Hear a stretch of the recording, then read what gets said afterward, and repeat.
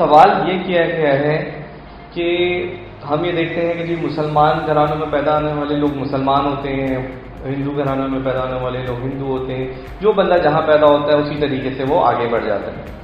پھر اس بیس کے اوپر ہم کیسے جو ہے یہ فیصلہ کیا جائے کہ بھئی یہ بندہ ہمیشہ کے لیے دوزخ میں رہے گا، یہ بندہ جو ہے جنت میں جائے گا، جبکہ اس نے اپنے تو کوئی ایفرٹس کیے نہیں۔ اب سمجھنے والی بات یہ ہے کہ یہ معاملہ شروع کہاں سے ہو رہا ہے۔ اللہ تعالیٰ نے قرآن پاک میں فرمایا ہے کہ جب ہم نے مخلوق کو کریٹ کیا تو مخلوق کو کریٹ کرنے کے بعد ایسا نہیں ہے کہ اس کو ڈائریکٹ ہم نے اس دنیا میں بھیج دیا۔ اللہ تعالیٰ فرمانا ہے کہ بھئی ہم نے جتنے بھی مخلوق ہیں اس میں آپ بھی شامل ہیں، میں بھی شامل ہوں، میرے والد صاحب، ان کے والد صاحب، میری آنے والی جنریشنز، ان کی جنریشنز، سب لوگ، ان کو اکٹھا کیا، سب کو بلایا۔ اللہ تعالیٰ نے اپنا تعارف کرانے کے لیے کہا الست بربکم۔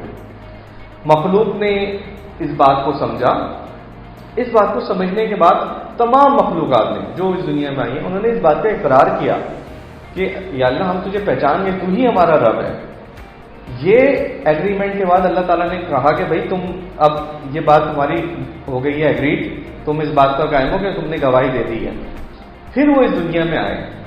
اب جب وہ اس دنیا میں آئے تو ہر بندہ، ہر جی روح جو اس دنیا میں آیا ہے، آئے گا، اس وقت موجود ہے، اس نے اپنے رب کو نہ صرف دیکھا ہے، نہ صرف سنا ہے، نہ صرف اس کو وہ پہچانتا ہے، بلکہ اس نے اس کی گواہی خود اللہ تعالیٰ کو دی رکھی ہے۔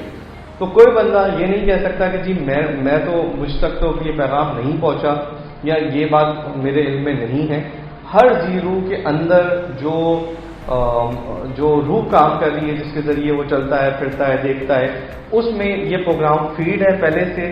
ہر انسان جو ہے وہ اس بات سے واقف ہے کہ اس کا رب کون ہے۔ Subscribe to my YouTube channel and don't forget to click on the bell icon to get notifications about new videos. Follow me on Facebook and Twitter. Thank you for watching.